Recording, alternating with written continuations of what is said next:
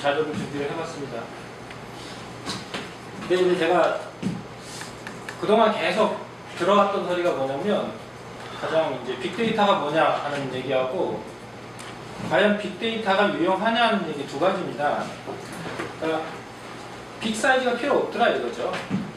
스몰 사이즈로 충분한 기계학습 능력을 낼 수 있다라는 건데, 저명한 교수님들도 그 이유를 모르시더라고요. 왜 빅데이터가 파워풀할 수밖에 없는 건지에 대해서 그 이유는 모르겠더라. 구글이 이제 엄청난 양의 데이터가 있으니까 그 데이터의 몇 퍼센트가 나타나면 콜레라다 뭐다 이런 예측을 할 수 있었어요. 이제 그런 거는 유용하다고 인정을 하는데, 기계학습이나 통계 모델이나 확률 모델에서 빅데이터가 과연 필요하냐라는 질문에 대해서는 답을 못 내시더라고요. 예. 이제 왜 그러냐면은 오버폴로라든가, 그러니까 기계학습도 과잉 인식을 하면 이 오버폴로가 또 발생하기도 하고 그래요.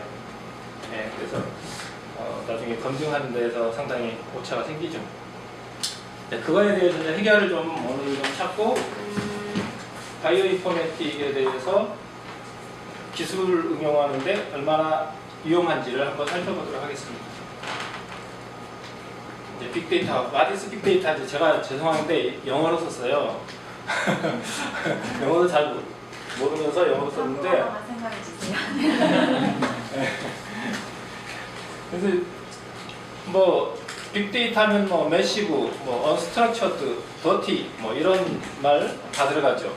단 하나 껴보면 라지, 컴플렉스, 그리고 가장 이제 각광받고 있는 게 디피컬트하다 이거죠. 프로세싱하기가 디피컬트하다, 어렵다. 그러니까 레거시한 어플리케이션으로는 그동안에 해결을 못했다 이거죠. 그 다음에 또 마지막으로 보면 매시블리 패럴렐 소프트웨어다. 뭐 이것들이 10대, 100대, 1000대의 서버에서 돌아가는 그런 시스템이다. 근데 이거를 다 무시하려고 그래요. 이 시스템 자체를 데이터 양만 가지고 판단을 하려고 그래요. 테라 데이터면 빅데이터다 이렇게 판단하려고 그래요. 이제 그게 왜 빅데이터가 아닌지 다음에 이제 보면서 살펴보도록 하겠습니다.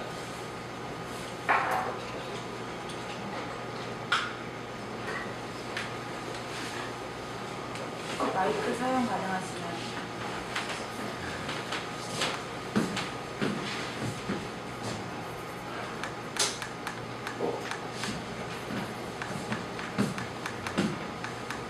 작동 안 해.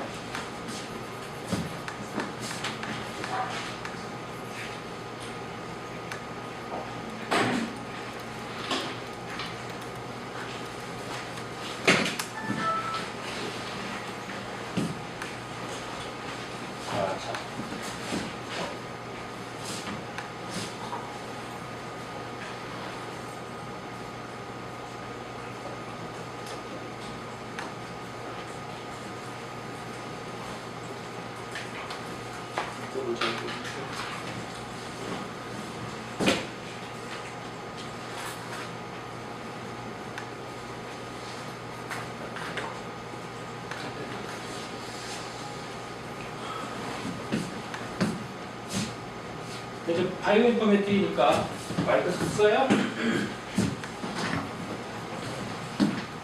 제가 발표를 많이 안 해봐가지고 어색합니다. 바이오 인포메틱이니까 이제 좀 데이터를 살펴봤는데 자료 보니까 있더라고요. 다 아시는 내용이긴 하시지만, 예, 그러니까 근데 아시안 인디비주얼 지nom이 104기가고 아프리카 144기가인지 차이가 나는지는 모르겠어요. 그러니까 이 기준이 다른가 보더라고요. 아시아 쪽이 더 작다라는 내용이 있었고요. 뭐 천지점 그 프로젝트도 있는데 이거를 계산하려니 뭐 2,700년이 걸리더라. 이런 내용이니까 개도를 잡아 놀래더라. 이런 내용이 있습니다.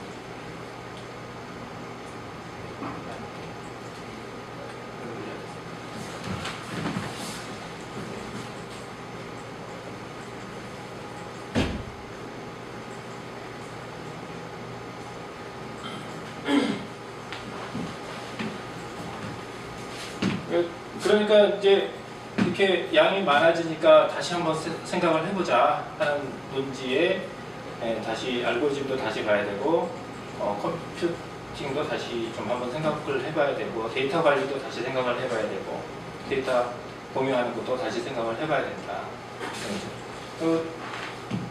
이거를 기반하고 있기 때문에 빅데이터 인텔리전스 플랫폼을 기반하고 있기 때문에 이것들은 뭐 머신러닝도 들어가지만 패럴렐, 스케일러빌리티 이런 개념들 그리고 가장 중요한 건 분산하는 것들이 들어가는데 최근에 아웃 오브 코어라는 MS사에서 이제 추진하고 있는데 거기에서 이 용어를 좀 쓰고 있더라고요. 그래서 앞으로는 좀 더 정확한 디시전 메이킹이 되어야 한다. 각각의 산업의 영역에 있어서 데이터가 커지고 있기 때문에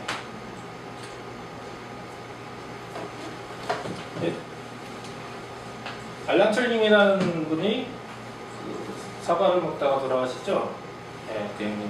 애플 모양의 사과가 이렇게 까먹었는데 한번 벼먹었는데 알란 툴링이라는 분이 사과 먹다가 사과를 남기고 되게 죽었거든요.